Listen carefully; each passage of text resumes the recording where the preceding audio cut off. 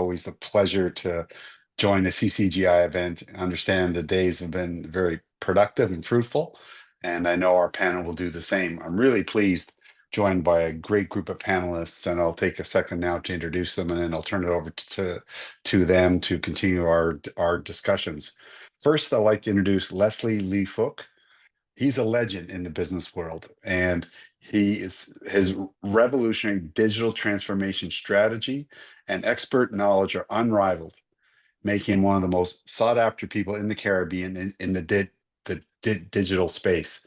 Leslie is the director of AI, analytics, and automation at INCUS Services. His career spans over 20 years with experience in analytics, robotics, process automation, and artificial intelligence. Typically serving enterprises and government customers, he aspires to create a globally competitive region using data which positively impacts every Caribbean life. He's also named as an honorary speaker at the CTU Prime Minister's Summit, which amassed over 100 leaders from across the region. Next, I'd like to introduce Marsha Caballero or Caballero, depending on where you're from.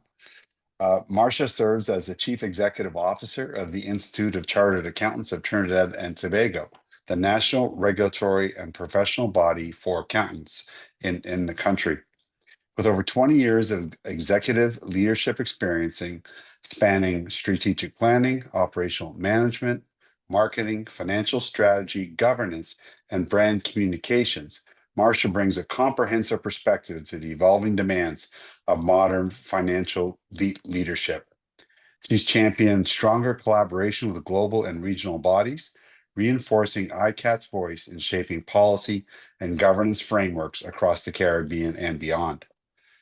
Next, I'd like to turn to Jeanette Calder. I hope Jeanette has been able to join us. I know she was having some, oh, there she is, great stuff. Jeanette is a civil society advocate committed to strengthening public governance in Jamaica. She's the executive director of the Jamaica Accountability Meter Portal and a real leader in accountability across the government space in the region. Motivated by firsthand experience in the public sector, she produced Jamaica's first simplified citizens budget in 2016 to improve national budget literacy. The following year, her research into Jamaica's accountability ecosystem laid the foundation for the Jamaica Accountability Meter Portal, a civil society initiative she founded to promote transparency. I'm sure you'll agree that we've got a great panel here today to discuss this very important topic of ethical AI in public decision-making, accountability, and trust. It's a very important issue. I'd like to first turn it over to Leslie Lee Fook to give us kind of an overview of AI. He's an expert in the region and in the field. And we'll keep it light, maybe 5-7 minutes of discussion from each person. And then we'll have a group discussion to really kind of flesh out all the ideas that I think all of us are thinking about in this space. Leslie, I'll turn it over to you. Thanks, Brennan. Thanks for the intro. So I've been to a couple of the earlier sessions, and I saw there was a lot of technical knowledge shared. So maybe I'll position it in a slightly different way. Brandon gave me a fantabulous introduction there, obviously written by ChatGPT.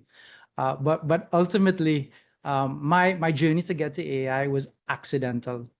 I just happened to start a little earlier than everybody else. And how I got here is actually how I met Jeanette maybe almost 10 years ago. Is really it started off with data, but around about 2010, we were disrupted. I knew I had to make better decisions as a leader. I knew I needed to use my data. I just didn't know how to because I didn't, whilst I'm technical, I can't code, I can't program. But I discovered something that really changed the trajectory of my career and my life. And I realized that the business that I was in 15 years ago was dead.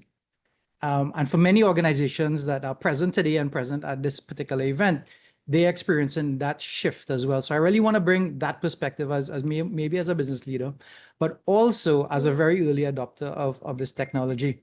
So in terms of today's panel is really about the governance and ethical considerations around use in government. So I've had good fortune to start earlier than most people. By 2018, I was already training people in the financial sector services, the government, on AI across the whole Caribbean. So even before it became this very sexy topic, and I've seen, I've seen the good side, the bad side, the good, bad, and the ugly in terms of AI. I want to share some of those things with you guys. But the baseline for today was really around ethics, governance in government. And it was interesting. So I checked out this report, and I knew there must have been a study, but I went looking for it. And anybody familiar with the Pew study, the Pew Research Center, where they did studies around public trust in government. And what's interesting, while it's based on the US government, and that's a whole conference by itself, it showed that public trust is at an all-time low since the 1960s. And I think, give or take, I don't like generalizations, but give or take, public trust for government or in government is generally at an all-time low across the board. So I believe there's huge opportunity, but also huge risks when it comes to AI. But I believe AI could be really used as a force for good, to increase transparency, accountability in government. I know Jeanette is going to talk a lot about accountability in government, but that is kind of how I want to kick things off, is that I think it's more of an opportunity than a risk for most of us here. Excellent, Leslie. Have you done some work with governments around here, or is what pace do you feel government is embracing AI or looking at it, or are they afraid of it? Can you give us a bit of context around that? So I think, the Caribbean is such a complicated territory, right? So within Suriname alone, there are 15 spoken languages. There are 20-something political parties, right? They just had an election.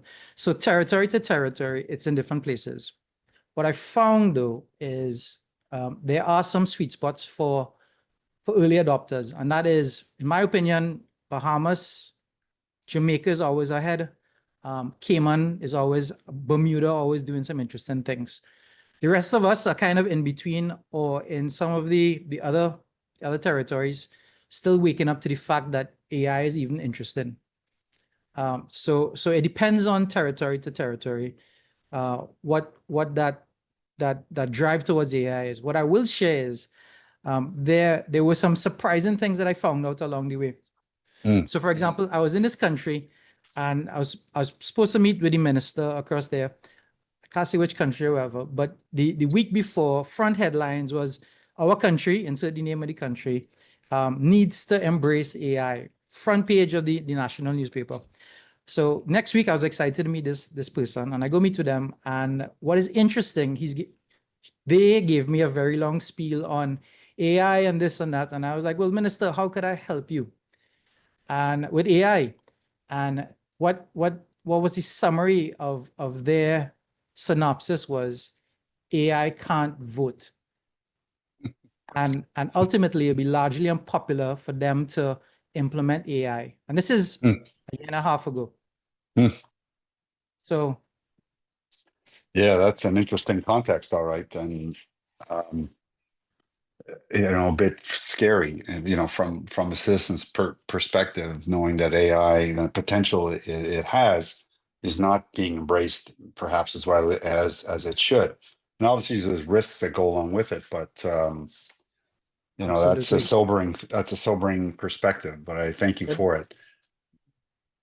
Maybe I'll turn it over to Jeanette. She might be a good person to bring in at this time, kind of as we're talking about government, and she's so deeply involved with what's going on in Jamaica, and I'm very fortunate to be able to kind of work across the region. And I have to say, what's going on in Jamaica, from accountability and statistics and an oversight perspective, led by such people as Jeanette, who's done such tremendous work with her portal there.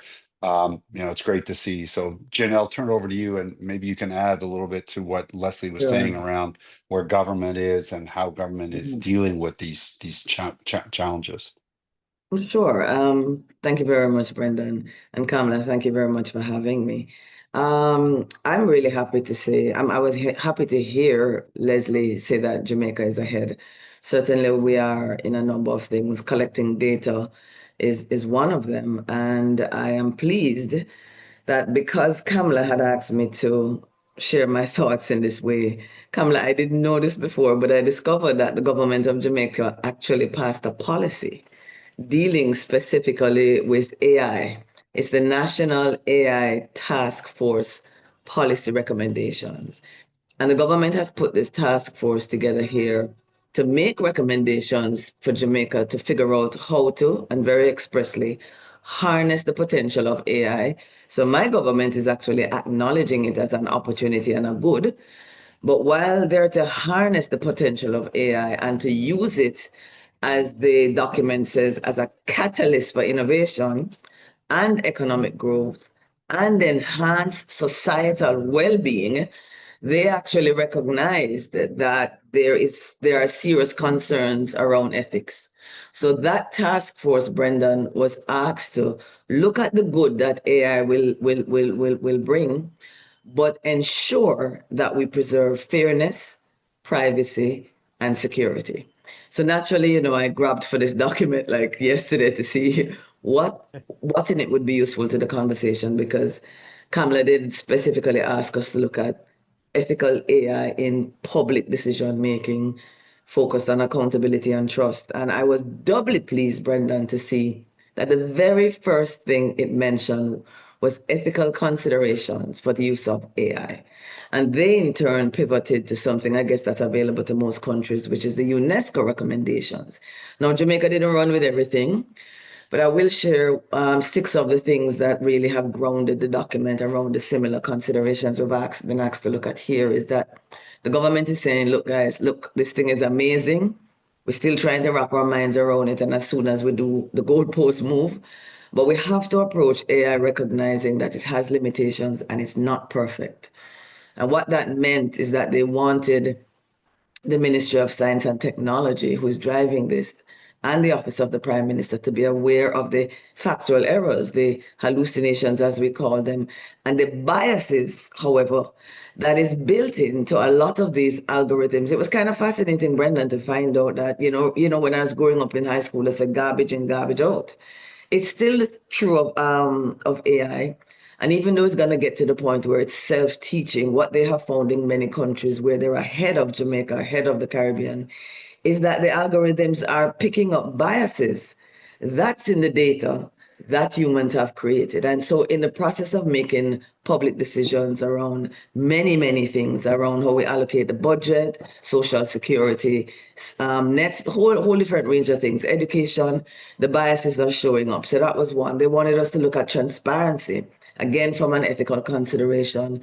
And one of the first things the government of Jamaica has said is that they're going to insist that not just locally, but as far as possible, whatever Jamaicans are consuming, that there's at least locally and some regional agreement that just like when you buy a cigarette and it has to put a warning on it, there has to be labeling to let folks know that the video that you're watching or the information that you're getting has AI generated content. So that's trying to be as transparent as possible.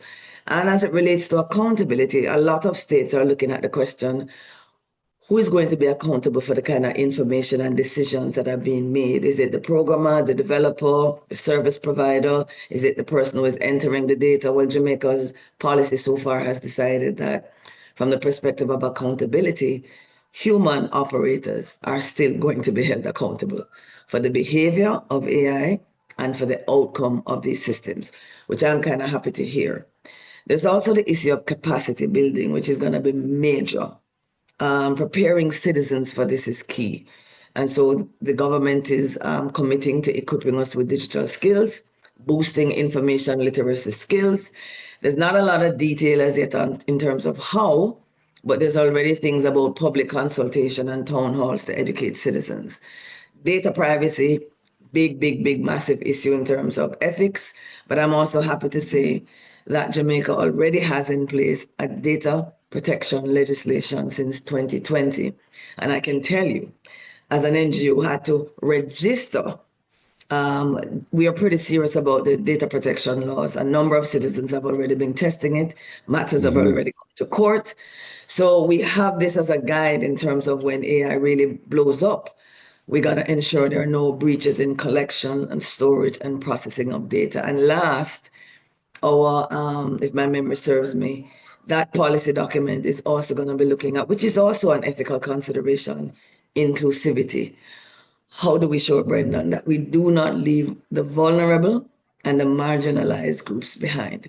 We discovered, and in wrapping up, we discovered during the COVID restrictions, the lockdown of schools, that there really was a massive divide for kids. And that's when the separation really showed up in terms of the lower socioeconomic, who could afford a computer, who could afford a tablet. Government gave out tablets, but parents didn't have money for data. So we have to really be looking at the issue of ethics in terms of how do we make sure that when we begin to provide services through AI, that citizens who are vulnerable are not left out. So those are just some of the ways in which Jamaican government is acknowledging the use of it, but wanting to be careful at the same time and setting the stage so that they can hit the targets. Yeah, that's great that you bring all that up, and it's another example of Jamaica kind of leading the way. As a bank director in Jamaica on a Jamaican bank, I certainly know about the data privacy rules and the stringent enforcement thereof. So and the costs around it, you know, that the banks had to invest with data officers and et cetera, et cetera. So but there's a lot of great factors there. And you know, the goals are clear. The implementation is going to be challenging, and how do they go about it? But at least they're on that pathway. So that's great to see. I'd like to turn it over to Marsha. As we know, Marsha is the head of ICATT, the Institute of Chartered Accountants in Trinidad and Tobago. So all around numbers and making sure that the standards of numbers and preparation of financial statements in the private sector, at least, and the corporate sector, are correct, and there's a standard and level. So love to hear your perspective on, you know, standards and the presentation of data as it relates to the government sector and how AI maybe can have an impact there. Well, I'd like to, so first of all, let me thank Kamala for this opportunity, because I think it's a timely discussion, and it's timely from two areas, especially for the accounting profession and for the Institute as a regulator. As we know, the accounting profession is rooted in the same principles of ethics, accountability, and trust, the same things that we're going to be discussing now.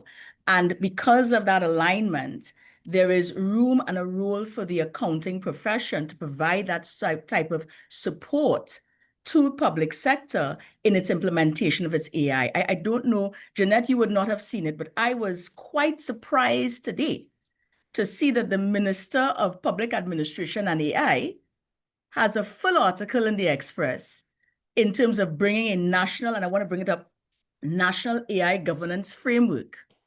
I wondered to myself if Kamala called him, because I know none of us did, you know, because this was quite fitting that this entire discussion around ethical AI, and his exact words were, ethical use of AI will be non-negotiable.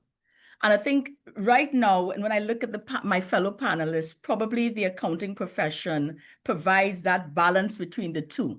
Leslie, with his experience, extensive experience in data and AI implementation systems, and Jeanette with regards to accountability and, you know, managing accountability in government.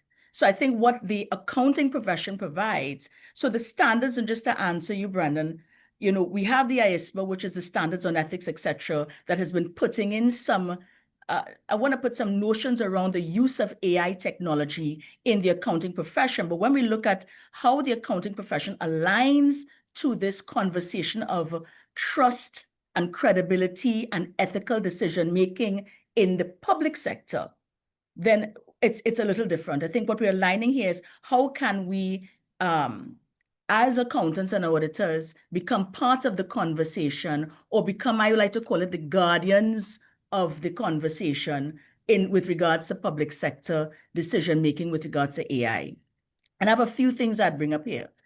So, you know, Jeanette mentioned some stuff there, and I think when we look at auditing AI systems and controls, auditors and accountants can review the controls. They become part of the conversation from the get-go. So that what you have is that, you know, the creation of systems and controls that don't have those biases.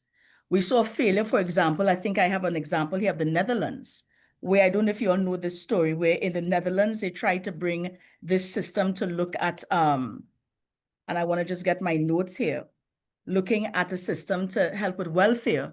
And when they were giving a kind of discipline for the welfare system, families were now, put on the cast on the wayside because the system didn't have the right controls in place, for example. And so, what you have now is if you have the accountants and the auditors testing the system from the get-go, then you can minimize some of those risks.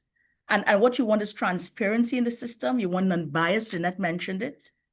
And so I will say that the standards, and when we think standards, Brendan, you will know this, standards really talk about IFRSs, right? So the standards, the reporting standards don't talk about ethical decision-making, but the ethical standards that we adhere to are aligned to ethical decision-making with regards to AI. And it is how you're using AI properly. Is the system transparent and explainable? Can we trace and justify the decision it produces? Is there independent oversight, or are we placing blind faith in a machine? Jeanette also mentioned that.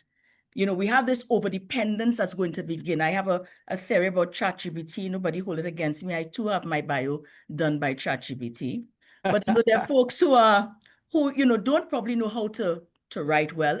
There becomes an overdependence. All of a sudden, you're writing the word, you're writing a sentence and you're going to ChatGPT. That's not how it has to be. You need that human interaction, human impact, so that there is that oversight, because we're not eradicating human beings. We still need that. And so I think that's when we look at, and I know you said standards, but I'm going to say that standards have to be set in alignment with how the accounting profession approaches ethics, transparency, and public trust. That's the same alignment to how government, and I must say, I have to say this on record, I was very impressed with the minister's full page article, even saying his bio, but a full page on what they intend to do in terms of prioritizing reliable digital infrastructure and legal and ethical safeguards in an AI-driven society. So I suspect we'll be discussing a little bit more about that, Brendan. I won't go on too much. I know you have more questions to ask us. Exactly how does that will be implemented, and what systems can be put in place? Yeah. Well, that's a great point. Really timely that article came out, and glad you could bring it to our attention. Good to see two of the largest countries in the English-speaking Caribbean kind of taking this on now, which is so important. And we're in early days, so we see where do we go, and how do we get there in the best way. All of you have provided some really interesting points for discussion, and maybe I can throw a question out to all of you. What are the biggest ethical risks when deploying AI in the public service?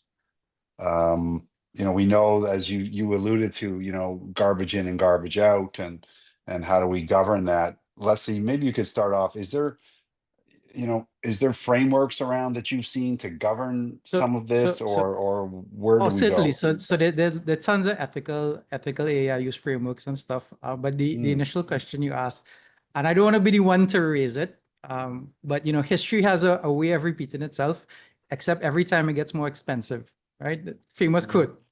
But what is not new to the region is something under the umbrella, something called Cambridge Analytica. Are you familiar with that? And that is exactly as manipulation, social manipulation of of elections, and that is one of the biggest risks that we face today. And there's a real potential of that happening. So I'll give you the context, my particular perspective. I have a global view, but also a regional view.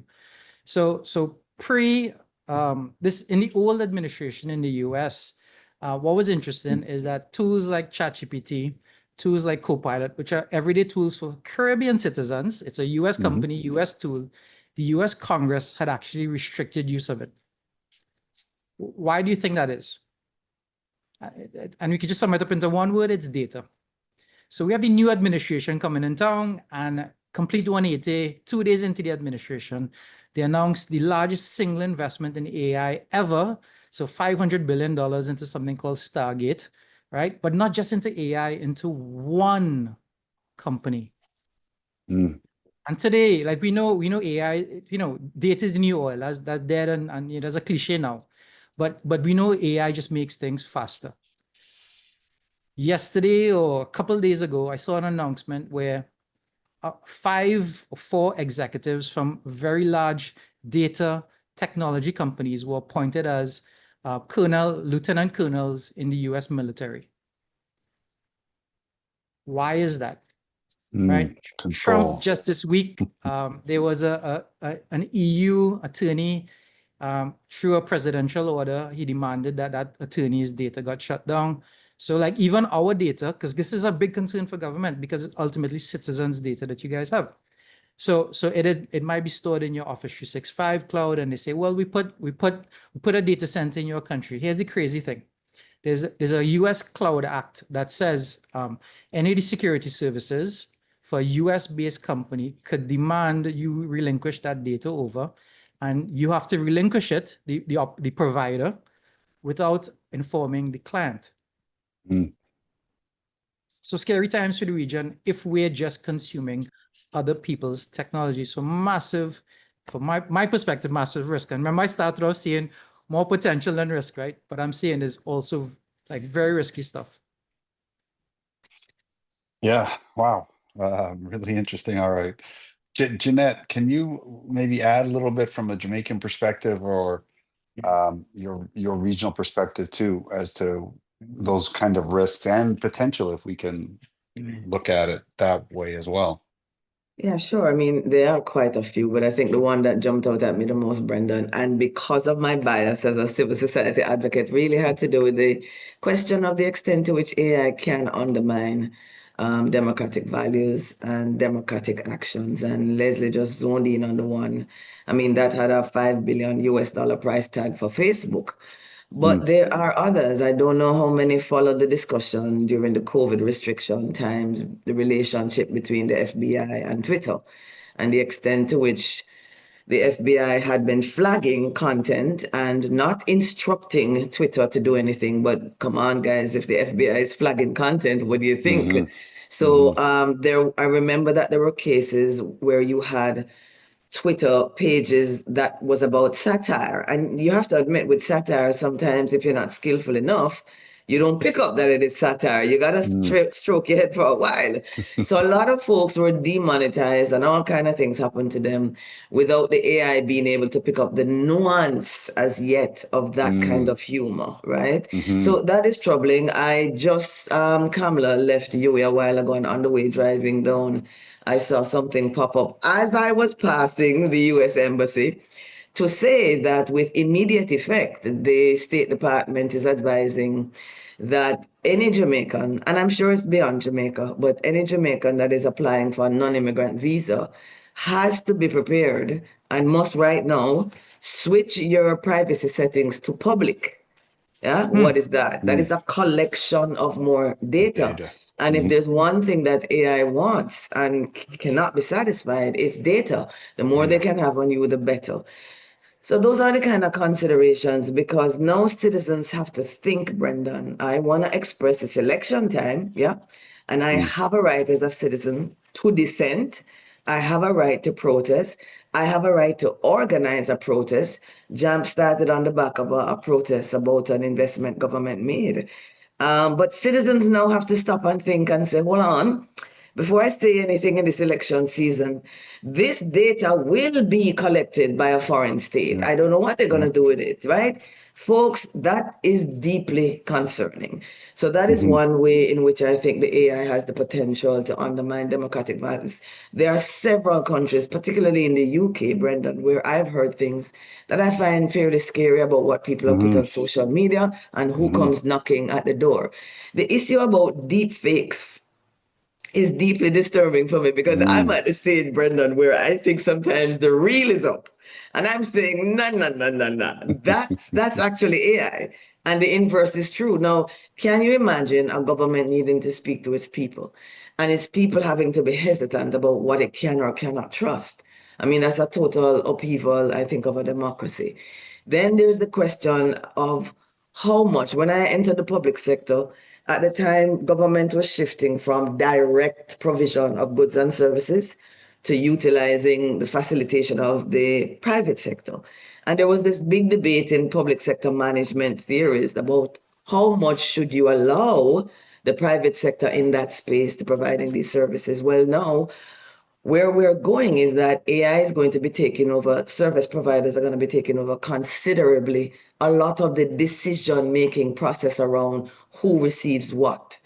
And the extent to which there might be an absence of a certain element of human oversight is a concern, Brandon. But not only that, the concern also is if something goes wrong, how easily can I access someone for accountability or recourse or redress on a decision that was made? And I thought that when Marsha mentioned the Netherlands, I thought, I know which case Marsha coming with, but apparently Marsha, there are several, because I discovered a case in the Netherlands that had to do with benefits. I'm checking my notes, but I was told that the entire cabinet of the root government had to actually resign. It was childcare benefits.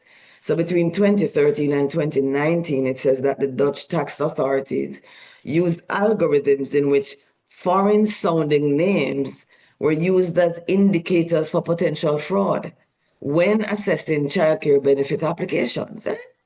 So the impact was that 26,000 parents were wrongfully accused of making fraudulent benefit claims. And this led to people losing their homes, relationships were destroyed. I mean, it was major to the point that it brought down a cabinet. So we are utilizing these algorithms to make decisions. When these things went wrong, people didn't know immediately, Brendan, who do I turn to? So that is a matter of governance in public decision making. And the other one I wanted to just quickly mention in terms of the suppression of dissent and the voice of the citizen, the privatization control. But it is also a question of transparency. I was reading Kamala about, they call it the black box of decision making. So there is currently in government, a chain of command, a chain of custody, there's a chain of decision making.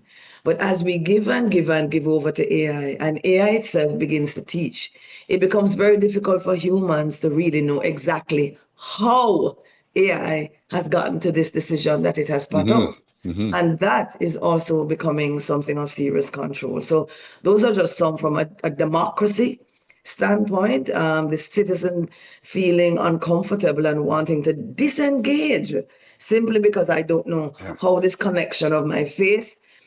Citizens are right now were protesting 2 weeks ago about a decision as to who is going to head Jamaica's financial crimes investigation unit.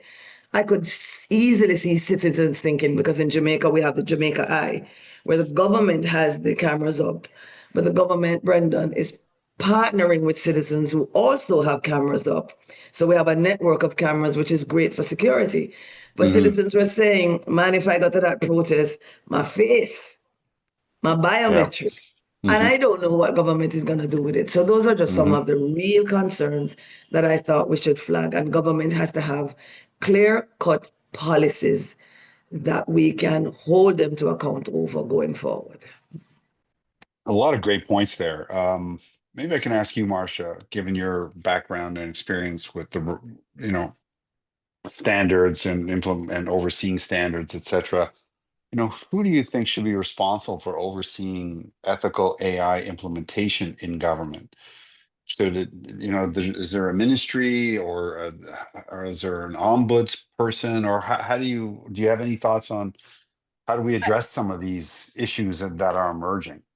Yeah, so I think it's a collective group of folks who are responsible. I don't think you want to leave it to just one ministry. I think even when the ministry, I'm going to use our Ministry of Public Administration, and maybe change names so often, but Public Administration and AI is the new ministry. And I think what you want to do is to ensure that in any project that you're doing, right, you have a collective group of stakeholders, and that there is also public engagement with regards. That's where Jeanette is coming from as well. I mean, when Jeanette was speaking, I was thinking to myself, are my rights at risk? Are my rights at risk? And we keep pushing AI, and I'm a big believer that AI is an enhancer to what we do, create great efficiencies, etc. But that whole concept about trust, and Leslie mentioned it, governments already start on the low totem of public trust. Yeah. And in starting in that low totem, you have got to get public engaged to be transparent. Jeanette mentioned those words more than once in terms of engaging with public, and that's pure public sector and government communications mandate, right? You need to engage with the public sector, with the public, to be able to get them to buy in. And so you have to have those systems. You know, Jeanette, you mentioned something, but I think it's also process. And so you need a collective group of folks who are specializing to manage this AI implementation in public sector. It can't be left to one, because I think it comes with bias. We spoke about risk. One of my greatest fears, I think, with AI is the human impact to create biases that the algorithms now run out, running on somebody's personal bias. Because I have now decided that family A, B, C, D, and E can't access welfare. I put that in because of my belief, and the algorithms start running off. So family A, B, C, D, E, and F can't get welfare. I think that's what happened in the Netherlands case as well. Right.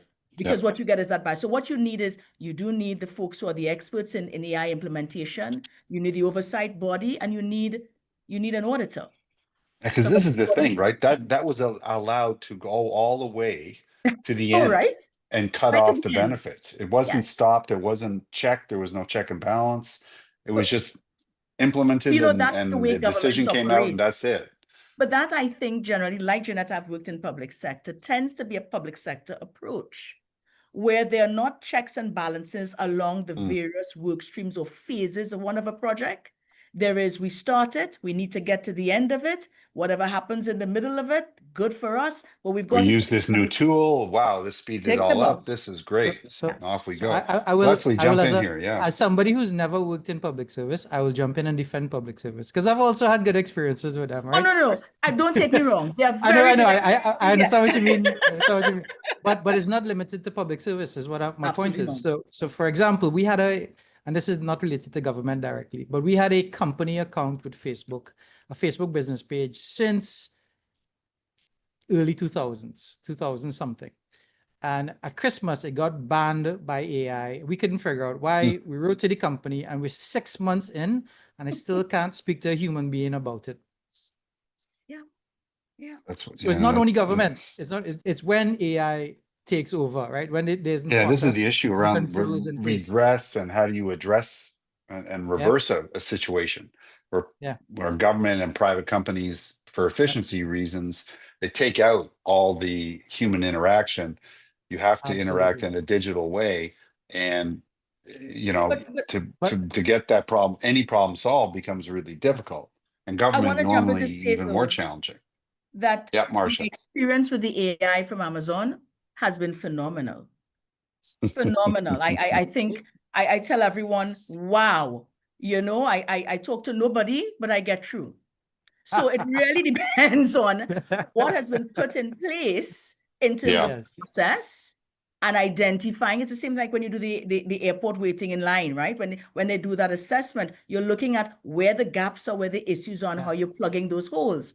I don't want to call the name of the telecommunications provider. No, it's not B-Mobile. Let me make sure that's clear, because they're a sponsor. But I'm just making sure and that is the truth. But the reality is, I've had the experience with trying to pay a bill and have to go through an AI, and I'm like, I think I'm just going to let them cut the utility. But I think they want your money, right? They think I don't it'll think make so. it easy. But I think three of you guys, you alluded to an interesting question. Like, who's gonna do it? And I think that's one of the biggest challenges for us right now, is that even though we recognize a human needs to be in the middle, human oversight, like we still don't have the capabilities in the region. So the reality is, when ChatGPT blew up, like today, I see lots of people training on AI and stuff, and they came to my class last year. They have a year's experience in AI, and they think now they're giving the class. Okay. Now they're giving the class, right? Because a year with ChatGPT and you're a ninja. They're way ahead. I say that to say is that ultimately that's the biggest gap for us right now, is that if we have to still plug those holes, we have to plug them with people. So you asked Jeanette her Jamaican opinion. I'll give you my Jamaican opinion as well, because I do a lot of work in Jamaica. Yesterday, Jeanette, I signed a contract to train the entire ICT Authority of Jamaica. Right, which is the core technology division for Jamaica, and they will go out and disseminate that information and support all the other agencies. Right, I'm having a similar conversation with Dion Fellows countrymen as well. Right, because that's how we close the gap quickly. And that's the beautiful thing about the Caribbean. Like I lived in the UK for a number of years and it was amazing, right? Like I got paid like a movie star, but my home will always be the Caribbean. I love living here. I love working here. And the fact is this, guys, is that most people, while we're behind right now, the fact that we're small because we're agile and like no doubt creative, positive and negative creativity. But that is what's going to help us to potentially jump ahead of everybody else. We could be faster. That's what it boils down to. Mhm. I want to agree with that. I think Mm. that we have the opportunity, if done right, because I know we're answering the question around who be responsible. My personal belief, it's not a one responsible. There is a body that is responsible, and you have different government agencies, independent auditors, different arms that are responsible in some way. You know, we have the RACI model. So who's responsible, who's accountable, who's consulted, who's informed. And we're using that model, and we do have the opportunity. I absolutely agree with Leslie, to learn from the mistakes or learn from the lessons that have gone before us, whether it be the Dutch lesson, wherever it is, and to put the things in place in the Caribbean region and leverage from each other to be able to strengthen our AI implementation that benefits not just public, but maybe even across the region in a different way. That's my personal belief. Yeah. One thing that kind of brings to mind for me is like the transparency around this. Like, how do we tell citizens that AI is being used? Because I don't see that. That doesn't happen over here in Canada. I don't see it either. We know it's being used, but we don't know how it's being used. And what's any of your views around the transparency angle here? Yeah, Leslie, yeah. Personally, trust is the currency of doing business across the board. A couple of years ago, Jamaica, I'm probably going to get a passport soon, Jeanette. Thank you very much. I think you're looking for seeing for it one. so often. Maybe I might get deported from Marsha's team. But what I'm saying is, so a couple of years ago in Jamaica, there was the electronic ID. NIDS is what they refer to it as, right? Which is a foundational thing to digitize government. But there was this preconception, there's this distrust. There was the 666, the market, the beast, all of these things. And that's only compounded by AI. This is just an identifier. And Right. NIDS has been very, very slow now to be implemented. It got way slowed down. Was that a transparency issue? I know they tried that was a political thing. That was a political Was it more thing. political than transparency? Yeah, it was. Because I know thought the government did backstory. try to really put out, this is what it's for, this is what's going to help, and the banks all liked it because it was simple piece of ID now. Lots of countries have it, you know. It was a political play. But ultimately, the sad part about that is that everybody else in the region, they pull brakes because of it. The what, sir? They stopped all of the initiatives that they had around digital IDs. Because of the experience in Jamaica. Because in Jamaica. Right. And you know, I lived in Thailand and in Hong Kong. I lived in Hong Kong. Now, what was it? Geez, I got 2010, and we had it then. Yeah. And I went to Thailand. It was introduced while I was there up to 2014. So these things have been in place for a long, long time. And you know, you can say, you know, the governments aren't as transparent, but people accepted it because there was a higher level of trust in government at that time anyways. So those are widely implemented.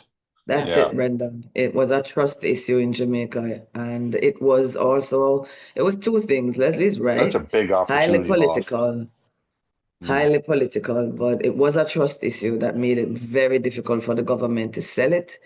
And it was extraordinarily intrusive in terms of the information that the government wanted. And as a matter of fact, it went as far as to the constitutional courts and was struck down. So the government had to, you know, as we say in Jamaica, we had to wheel and come again. Because there were constitutional rights that were being breached. And the truth is, the government has done a masterful job with consultations after correcting those concerns. But once you break that trust, right, Marsha? Yeah, it's very hard to recover from that. And it's a compounding of several things. So yes, absolutely. So Jeanette, I would say, sorry, Marsha, go ahead. No, I was going to say, just to add to that, which is you're also dealing with I guess a region that has already probably even a higher level of mistrust. I know you mentioned Thailand, but you're dealing with the Caribbean region. I'm going Yeah. back to the COVID vaccine, and I was actually working in public Oh, sector, yeah. and we had to go on the street and ask people why they're not taking the vaccine because we're in communications. And I had people quote all kind of Bible stories for me. The point I'm making is you're dealing with a sentiment in the Caribbean region that is already a low level of trust. Right. A perception of political interference and influence and political manipulations. And so anything that seems intrusive, plus they're looking at a lot of social media and TikTok, so they believe the hype. Yeah. And so Yeah. because of that, to go through that, I don't even know that one, communications would work, because what happens is you communicate, and just like what happened in Jamaica, you're putting something in place because you haven't properly assessed what is required, or you want to go one way and it's not going to fly with the public. And then you have that contradiction, and bam, trust is eroded. And then you have the will. Let's be real, I'm not sure that politics is about communicating extensively. It's about communicating what I want the public to know and believe Popularity. as I continue my popularity or the perception of what I'm doing. And so you have that, it's not coming from a pure place. Yes, and I'm using Thailand because you use that example. I'm sure China has the same thing. You also have a mass of people who probably will agree a little easier because they have their trust. It's going to be very difficult, I think. And I mean, I go back to COVID. Yeah. Yeah, it was a perfect example, right? And that was not only in the Caribbean, it was around the US had big issues, Canada, a little less so, but still issues, UK, etc. Yep. Yeah. Yeah, but I think a little more than trust is also a lot of perception around this entire thing. So if we, like, Jeanette, I haven't seen what that application form looks like for NIDS. Roughly how many data points on that application? Because you said it was invasive. Let's say it was 100. No, I'll say this much, Leslie. I don't know, because I'm one of those citizens, Kamala, who put down a $100,000 penalty to pay the penalty because me nah sign up for it. I'm not gonna sit there, Kamala, and be a hypocrite. I am one of those not trusting. Go ahead, Leslie. So it could have been 1 point for you. You didn't care. That's why I love Jeanette. But it's perception. But so Jeanette, let me ask you a question. Are you on Facebook?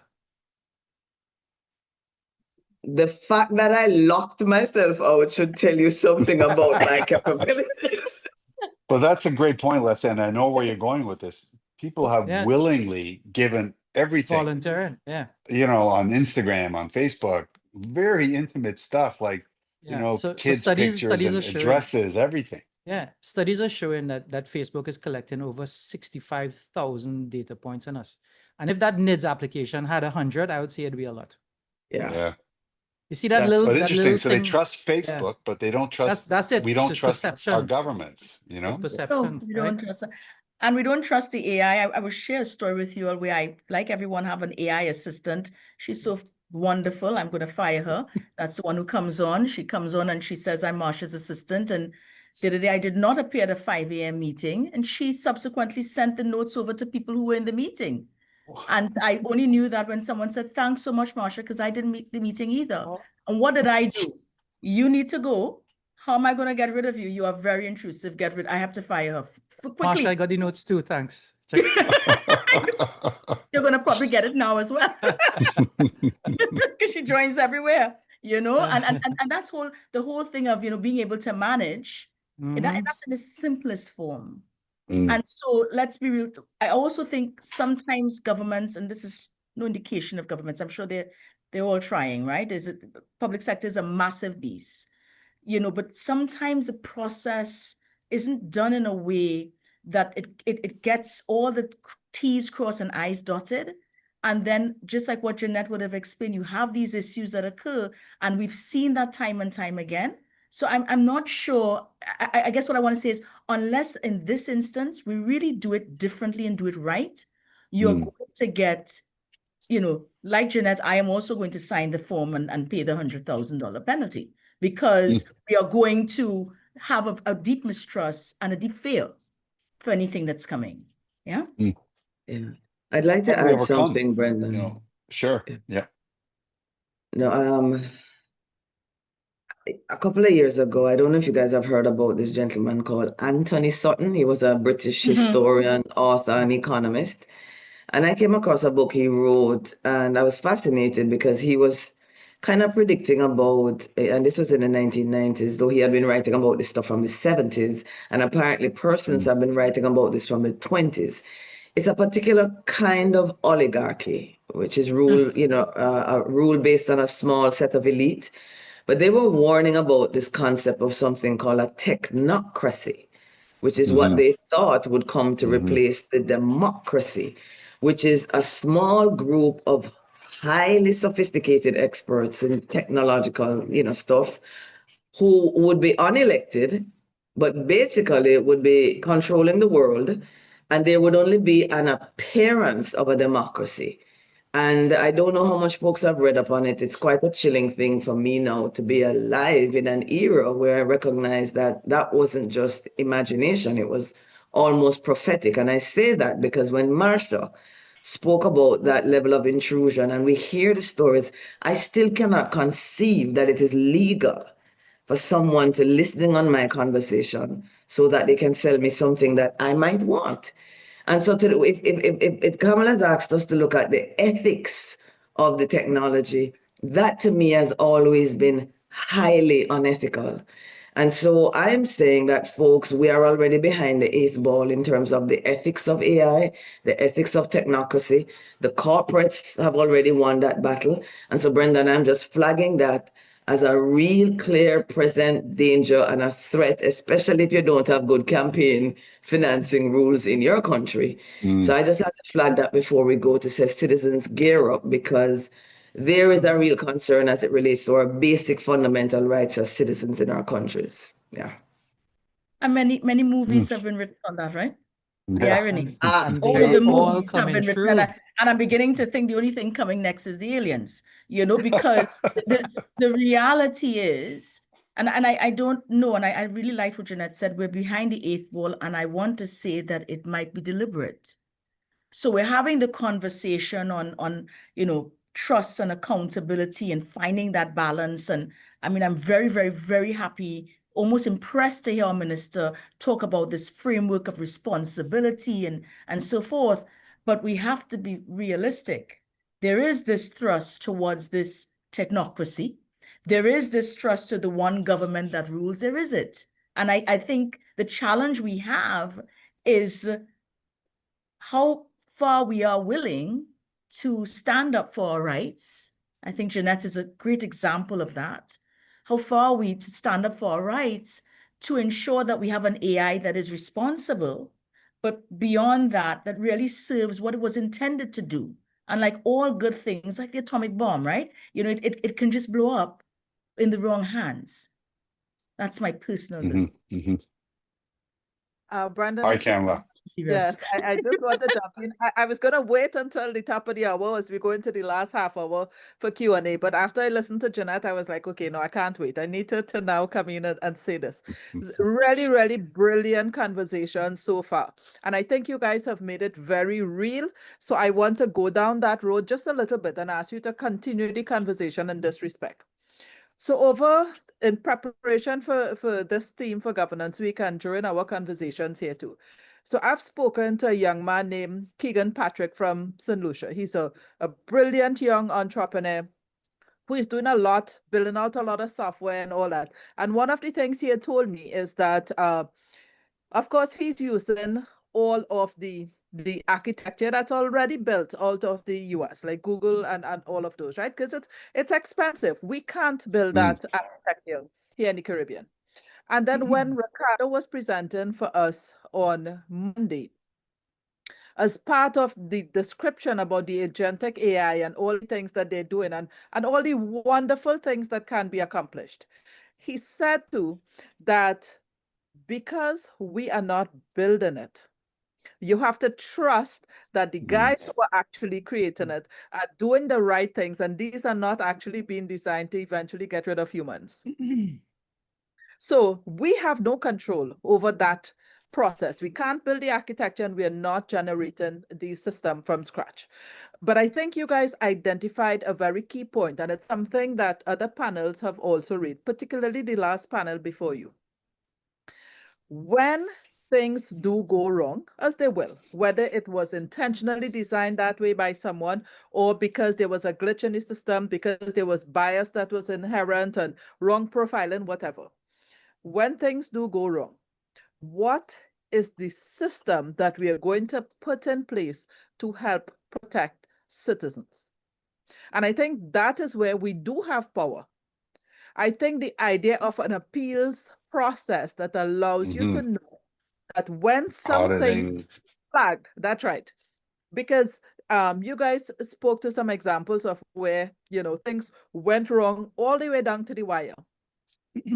Look at how terrible the situation was in the UK with the post office workers. Mm, How many people went to jail? How many committed for suicide? decades. Yeah. So let us learn those lessons. And when we talk about ethical decision making, we start with recognizing that things will go wrong.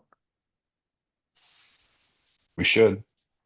Having that system in place. Now, what will that system look like? So, Marsha, I had loved your idea that it's no one person or body. This has to be a group of stakeholders who are part of a watch group, basically. You know, that's ensuring that there are systems in place for this appeal process also. So I'm going to leave that with you guys now to see how we can unravel that and make it something real, because we are on the ground floor.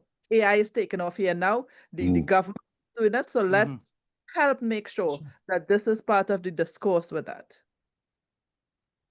No, that's a great point, Kamala, and a very thought-provoking challenge to us, because sometimes you think if responsibility is too widely dispersed, then no one's accountable.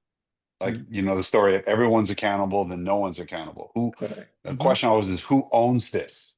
You know, whose KPI is this? Who's gonna take the bull by the horns here? So that's why I lean towards like an ombuds person, auditing function, something with where you have an official appeals process set in. That worries me too, because then that's 5 years later, you know, so that worries me too. So I'd like to open it up. What do you guys think? Anybody want to jump in? Well, I would just add that absolutely, yes, some kind of multi-stakeholder, you know, it has to be private sector, civil society, faith-based community. But we, of course, it's only natural. It's such a given, but I'm going to say it. But you're going to need to have a parliamentary committee that has been specifically put in place as well. Because let's face it, the parliament can't be left out of it. So whatever this multi-stakeholder governance group is doing, the people need to know that their elected representative, like on any issues that you're having with what government is doing, that you have somebody in the parliament that you can connect with, and they should be able to feed either up or down or sideways to a specific parliamentary committee that is going to be addressing these issues, especially, Brendan, in the beginning when we're going through those teething pains. I think if the government were to do that, Kamala, it would signal something very special about the fact that they recognize the threat, they recognize the concern, and that line of sight of accountability is clear. So an ethics committee or a parliamentary committee specifically to deal with this kind of data concerns would be another excellent addition in that architecture, I would believe. Hopefully we can keep the politics out of it, right? Hopefully, but a bipartisan committee is what it would have to be. I think so too. Correct. Yeah. And I want to name Marsha. it. I think you want to name it probably the AI Governance Council. And so probably that council, So Kamala, you can go with that. Yeah, that sounds good to me. That sounds good. I have first. Can I get second dibs on that? Anybody can take it, but I'm just, because I read that full page. I mean, it's pretty extensive, right? That the minister's talking about, and just listening to Jeanette and Kamala's question, I'm saying what he really needs, and that's going to be a real win for him, that having created this, the national governance framework, You now have Yes. an AI council where you Right. have government agencies, you have accounting, you have civil society, you have Yeah. experts in governance. Private And so sector. this council reports to the minister. And I'm saying that because it just came from a CARICA meeting 2 weeks ago on a council as well, right? Mm. And so it reports to the minister, who reports his cabinet, who reports to parliament, etc. But what you have is a council, and that sets up that AI is critical, ethics is critical, transparency is critical, and it also reports to the public. There is that normal communications through its government I think communication that's channel. critical, the report to the public. It reports to the public. So it starts, so when I'm not giving the minister his plan, but when he does his national framework and which comes with consultations, yada, yada, he puts together, so what's going to come out as his council, what a big win for him. He puts all these people who hopefully, I'm recommending Kamala and Nigel, but hopefully it's not going to be politically, because I heard Brendan's question. Yeah. But when you have this bipartisan kind of group, and then they're reporting and they commit to reporting quarterly on the work streams, on the areas of impact, on when issues happen. So there's that transparency, because we all know communications done consistently and frequently builds trust. Mm-hmm. Yeah. Leslie, you want to jump in on this? No, so Um, I completely agree with all of that stuff. Leslie, 1 second, just before you Sure. continue, Brendan, let's open it up formally to ensure that those in the room who want to raise questions or comments can do so. Sure. After we finish, there is in fact a comment in the chat from Edward Millington. So, but go ahead, Leslie. Yeah, no, so I completely agree with all of that stuff. And what we'll realize is that these are just governance best practices. So the principles, they don't change at all. The technology will change and evolve, but it's the same fundamental principles over and over. I wanted to pause for a sec and come back to something that Kamla mentioned. Is that okay?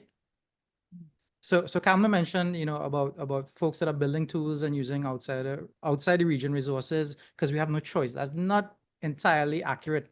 So for example, there's an association formed last year before called the Caribbean Data Center Association, and they've basically pulled together all the data center operators to say we want to build an indigenous platform where the Caribbean owns the data resides here, and we have control over it.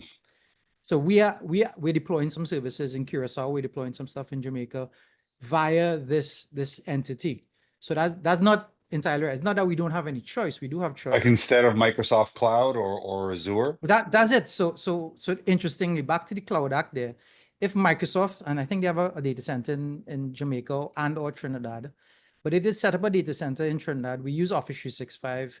Your government agency, your citizens' data sits in Jamaica in a Microsoft stack. Through the Cloud Act, it could still be repatriated because it's still a US company. Right.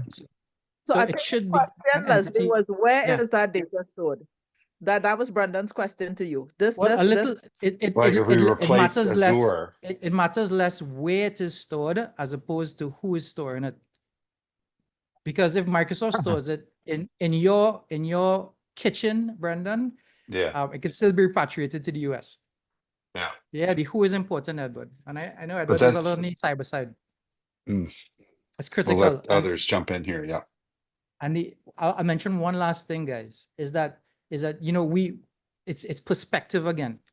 Ultimately, if we know these things, so Kama said, well, we only have really one choice. The answer is no, we have a couple choices.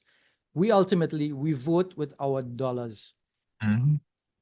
So if you're still participating in these platforms and these things, if you're still on Facebook and you complain about your data privacy, then you really can't complain that loudly, if you understand what I'm saying. If you're worried about Microsoft, pulling out your data, but you still have an Office 365 account or Hotmail account, then that's your choice because you vote with your money. Fair enough? Can I jump in here if you all don't mind? Because this is a very Kamla controls that. So I was listening to a podcast this morning with Jeanette, and she's a pioneer in responsible AI risk management, and AI ethics. She actually worked at Google in their trust and safety organization, and she has now gone out on her own And what was fascinating about this podcast is something I never thought about. And it goes back to what Leslie just said. Have you personally decided that the software you're using, whether it's Facebook or Instagram or AI, is one that has the most responsible development plan that aligns with your values, in this case, in terms of energy impact? Does the AI platform you use have strong security and privacy protocols that it's not going to leak your private company information, confidential customer information back to their own systems or out to other people? You are responsible for checking on the security protocol and the privacy protocol. So in fact, I have never done that. Do you know how the data was sourced? Do you understand that the data was sourced, if the data was sourced ethically? Were people, and this goes back to Professor Garrett's point on Sunday, were people remunerated appropriately if their data was used or is being used? Do you understand the model? Did the company responsibly develop that model? And did they test the data? Did they test for fairness within their system and decision making? Have they provided checks and balances against content safety issues or any accuracy testing? Here's the beautiful thing about what she then said. Ask AI. It will tell you. Ask it to compare all the various platforms, and it will tell you. So again, it goes back to our personal responsibility. As I said, I stopped using Instagram. The only platform I really use is LinkedIn right now. I still have accounts, but I don't interact. But the point is that we need to step up and take personal responsibility in our personal lives. And two, in our business and professional lives, we need to be asking the question, is this AI platform, does it tick all these boxes? So if And to Leslie's point, you need to understand how that data is stored and who can access it. Very, very important. Sorry, Marsha. No, so I just want to ask a question, and I think it goes back to Brendan's question. So I agree. I think it is the individual's responsibility, and I knew none of that. So now I'm going to take off my Instagram and my ChatGPT from tonight. But the point is, we know that, and in this discussion, where a few of us are, whose responsibility then is it as we do an AI implementation? It's going to get bigger and bigger and better, as they say.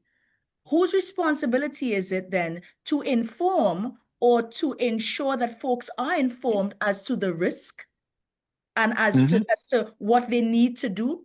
Is that AI council? Is it that the Ministry of Public Admin and AI now starts to also send communications of, if you're joining Facebook, I'm giving an example. Yeah. I mean, Facebook is kind of old school. It's probably if you're joining TikTok, but if you're joining, whatever's a new platform, have you done A, B, C, D, and E? And so I say that you are aware of that. We are aware of that, probably because of the level of where we're at. But everybody else may not be. And so whose responsibility is it to share that communication? Because there's a risk. That's I mean, Brendan asks about risk, but from the first get-go for the individual user, there is a risk. And so who's communicating what those risks are and how you manage those risks by ensuring you do the same things that you said, Nigel, which I mean, really just scared me, I must admit. So, so I guess who's responsible for that kind of communications? Because most individuals aren't going to know it. Right. Yeah? And even if they knew it, can we really expect individuals in their busy lives and the differing levels of tech, to be able to do any of that? Right. Yeah. Yeah. So it's Kamla's responsibility. That's who it is. Nigel. I think Nigel was just saying it's Kamla. It's her responsibility. Download that to Kamla. I understand now, Nigel. You were just saying it's for Kamla. But seriously, one of the things I think we could do as coming out of this is kind of look at what has been done already. because this same lady, Jen Janai, she informed the EU AI Act, the UK's AI safety principle, the G7 code, and the OECD AI principles. So for me, we should be able to have a project to look at those guidelines or laws and see what we can copy shamelessly and And that's, yeah, to beef just up like our system. just like GDPR, that's exactly how it's going to play out. Right, But, right. but Marsha, if I were to give you Mm. an answer, it's no different from what the position Nigel just took.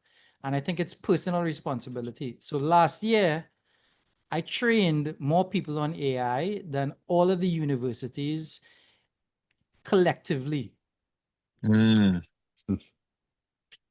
Right? So they're I've just been an not in that space, evangelist for data. I think if we all take Mm. personal responsibility for this stuff, it happens faster. Right? Don't just leave all the work to Kamla.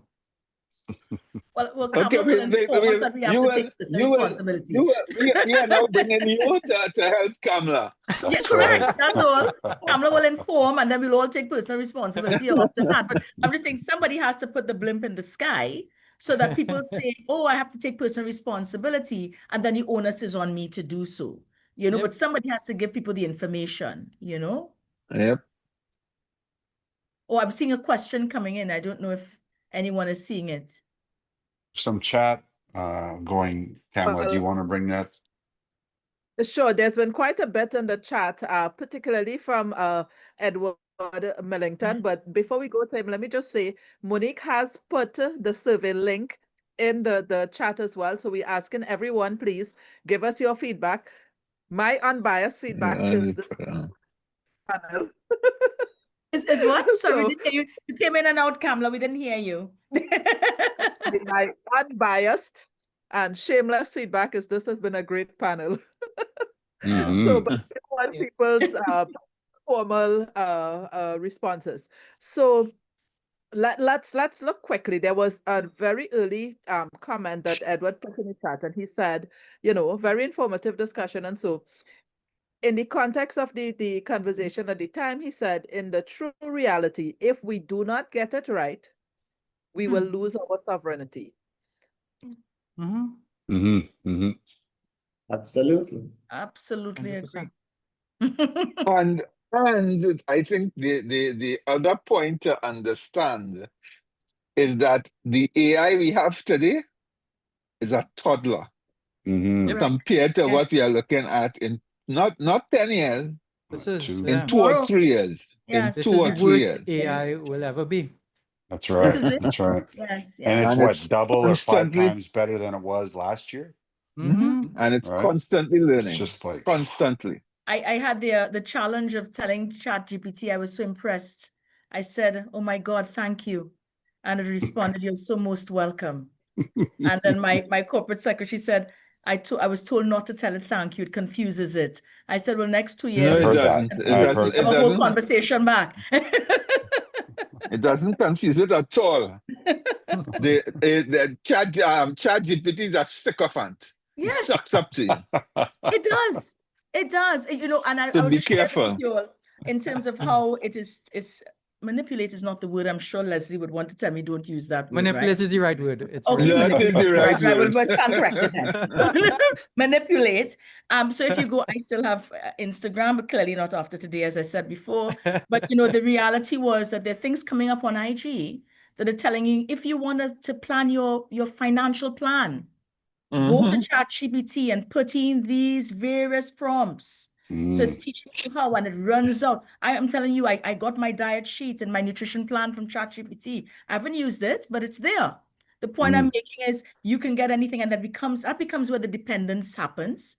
And I've done none of the things that Nigel has said to do. So there's a concern. It's just gathering my information and building my profile, and God forbid we'll create a new Marsha at some point.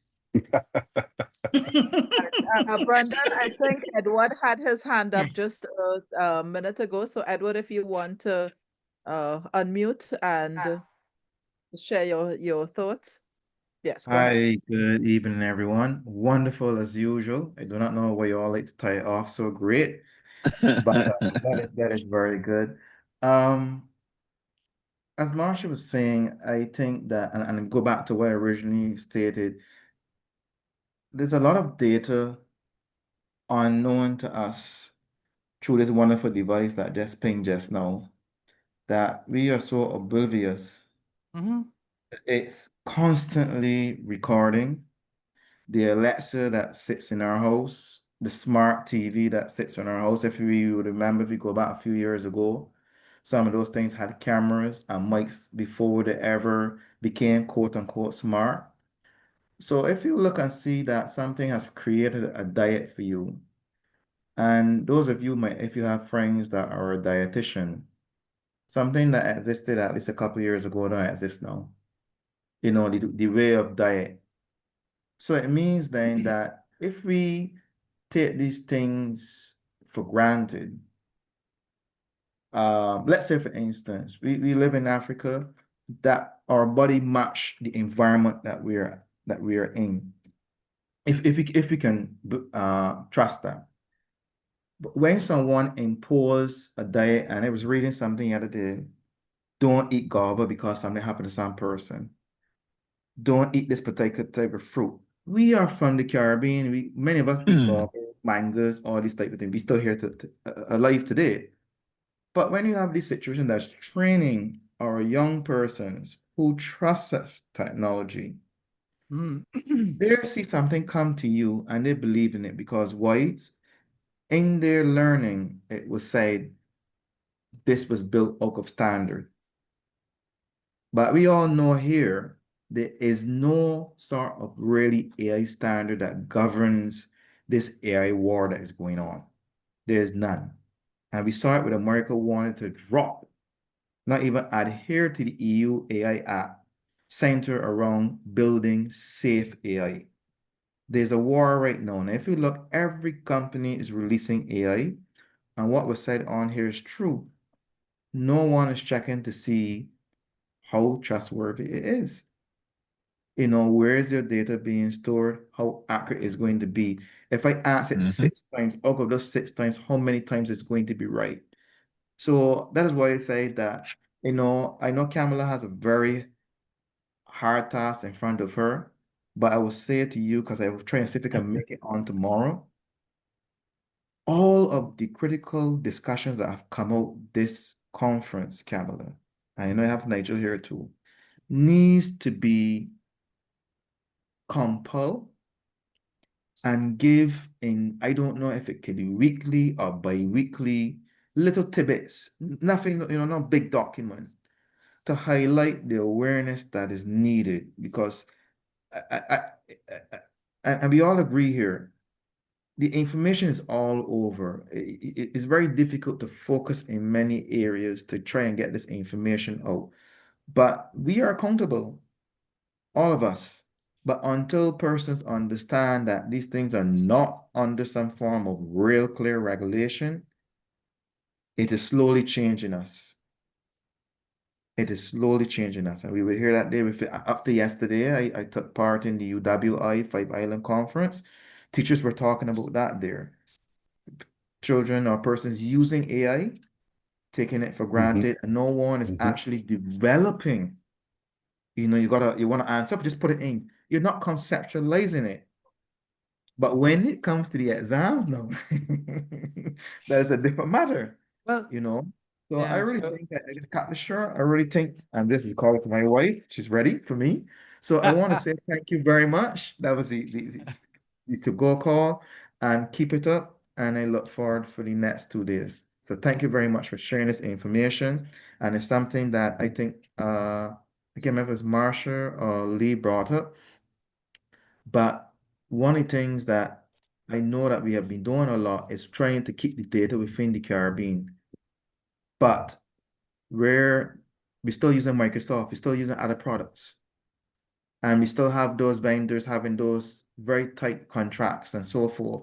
So the only way that we can be really quote-ly sovereign is if we start using those tools I think we have to start with sovereignty first, everything else comes second.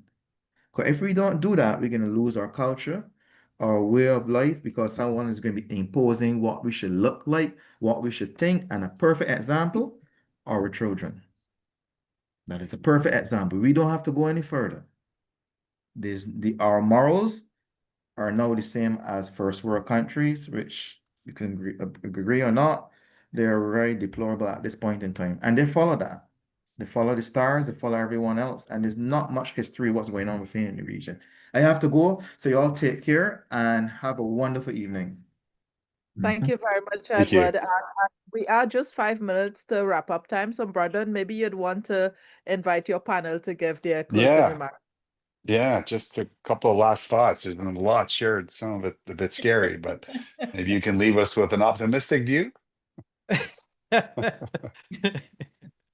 if not, that's fine. I guess That's very silent. Marsha? leave it to the ladies. No, Yeah, well, Marsha, why don't you Jeanette, start us oh, you off? want me to go? Sure. My final thoughts, and I guess I will say that it is critical that we approach AI implementation from learning from the lessons of others. And I'm really big now on this AI council, and that if we don't approach it in a different way, and that's not just words like the National Framework of Responsibility touted by the minister, but really putting the process, the people, the governance in place to ensure that the outcomes we get will be far more improved than what we've seen happen, and that the real thing is in building on that transparency and trust. And I think by putting the proper process in place with the right people and the right governance structure, we will build that transparency and trust, which would allow us to have the kind of impact that we should have ethically and as a system, as a technology that should help us to do better. That's my personal view. Yeah. Well, that's a great point. I think that's a big one coming out of this. Sorry, go ahead, Jeanette. No, I mean, I wish I'd left Marsha for last. I don't want to touch that. That was just beautiful. No, honestly, Marsha, that was amazing. And all I can say is personally for me, I'm a little excited about it because I'm becoming better for AI. I am learning faster. I'm thinking better. And my critical thinking has gone up. The amount of information I can synthesize now to make a point, to advocate, to do my press releases, to make them more compelling, to make them more far-reaching. So I see the good. I'm concerned about our kids coming up. I'm a mature woman. I have got my goals. I'm very clear about my intent. So the children, in all honesty, Brendan, still need a lot of molding. I mean, if I was a teenager now, I would not be saying it the way I'm expressing it today. So there has to be real balance about it. And the human element, people really, really do matter. I know I'm supposed to be saying something encouraging, but I remember in economics class, I was never good at it. I got a C, but they told me land, labor, capital. And I know the capacity for human greed, Brendan. It is Proven many times. inexhaustible. There's no limit. So I do recognize that we're getting to the stage where labor is not as important anymore. Robotics and all of that. So I have real serious concerns. But if we could take this thing where Marsha pointed us, which is to the human element, to show how AI can actually make our lives better, more sustainable, solve solutions, then I don't think we have anything to worry about. But we do have human nature and we do have greed to worry about. So my last point was going to be, Kamala, that our judicial system needs to get ready for what is ahead as well. But I think that the cup That's is a real more than issue. half full.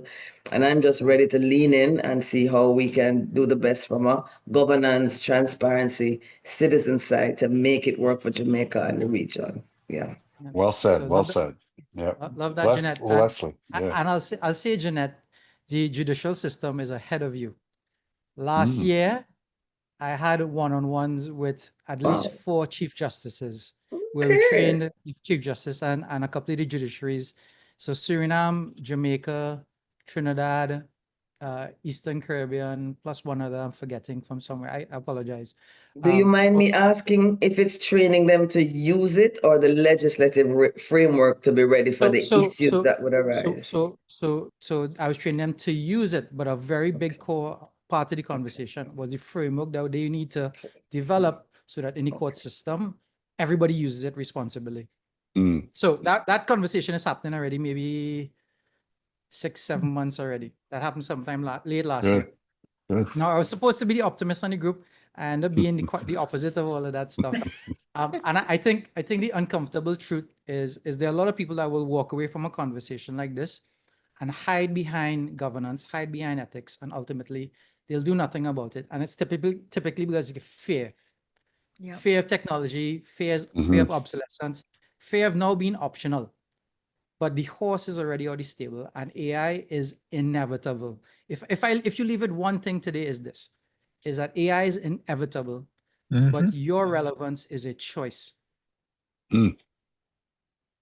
Well said. Well said. Yeah, that gives you a lot of thinking. So you've got to take action. You've got to be a participant in this great journey that we're going on to, right? You can't sit there and just watch it go. You've got to be part of it and help lead it and mold it, as we've talked about here. I think some great ideas have come out here and a lot of good thinking, and Kamala's going to take it forward. So we're good to go there.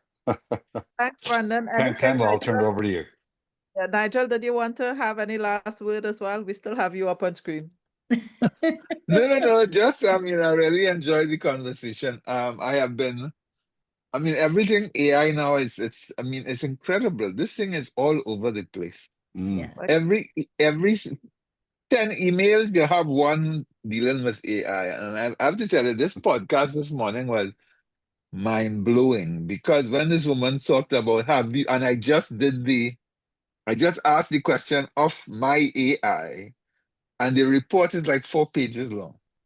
And it talks about vulnerabilities and the ability of the system being hacked and all kind of stuff. It's very, very interesting.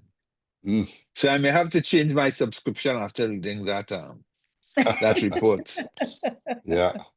All right. Well, you No, will share. but excellent stuff. No, I will share it with you guys. Yeah, please. Please, yeah.